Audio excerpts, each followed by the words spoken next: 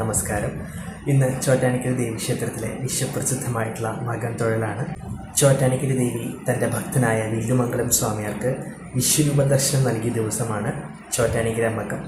കുംഭമാസത്തിലെ മകം നാളിൽ ഉച്ചയ്ക്ക് 2 മണിക്ക് ശേഷം മിഥുനം ലഗ്നത്തിൽ വില്ലുമംഗലം സ്വാമിയാർക്ക് ചോറ്റാനിക്കര ഭഗവതി തൻ്റെ വിശ്വരൂപ ദർശനം കാണിച്ചു കൊടുക്കുകയുണ്ടായി. അതിൻ്റെ ഓർമ്മപ്പെടുത്തലായിട്ടാണ് എല്ലാ വർഷവും ഇതേ സമയത്ത് ചോറ്റാനിക്കര ദേവീക്ഷേത്രത്തിൽ മകം തൊഴൽ ആചരിച്ചു വരുന്നത്. കുംഭമാസത്തിലെ ഈ മകം തൊഴൽ സ്ത്രീകൾക്ക് വളരെയധികം ഉത്തമമാണ്. മംഗല്യ തടസ്സം മാറി നല്ല വിവാഹം നടത്താനും ദീർഘ സുമംഗലികളായിട്ടിരിക്കാനും മകം തൊഴുന്നത് വളരെ നല്ലതാണെന്ന് വിശ്വസിച്ചു പോരുന്നു. ദേവി ആദിപരാശക്തി തൻ്റെ 3 ഭാവങ്ങളും ലക്ഷ്മിയായും ദുർഗയായും സരസ്വതിയായിട്ടും ഭക്തജനങ്ങൾക്ക് ദർശനം നൽകുന്ന ഒരേ ഒരു ക്ഷേത്രമാണ് ചോറ്റാനിക്കര ഭഗവതി ക്ഷേത്രം. മകം തൊഴിലിൻ്റെ അന്ന് ചോറ്റാനിക്കര ഭഗവതിക്ക് പ്രത്യേകതരം ഗോളകയാണ് ചാർത്തുന്നത്. 4 തൃക്കൈകൾ കൊണ്ട് അഭയവരദ മുദ്രകളായിരിക്കും ആ ഗോളകയിൽ ഉണ്ടാവുക.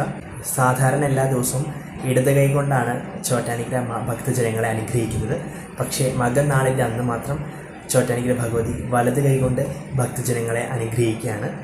4 തൃക്കൈകൾ കൊണ്ട് സർവാഭരണ വിഭൂഷിയായിട്ട് വളരെയധികം അമൂല്യമായ രത്നാഭരണങ്ങളും സ്വർണ്ണാഭരണങ്ങളും അണിഞ്ഞ് തങ്ക കിരീടമൊക്കെ അണിഞ്ഞിട്ടാണ് ചോറ്റാനിക്കരമ്മ മകം തൊഴലിൻ്റെ അന്ന് ഭക്തജനങ്ങൾക്ക് ദർശനം നൽകുന്നത്.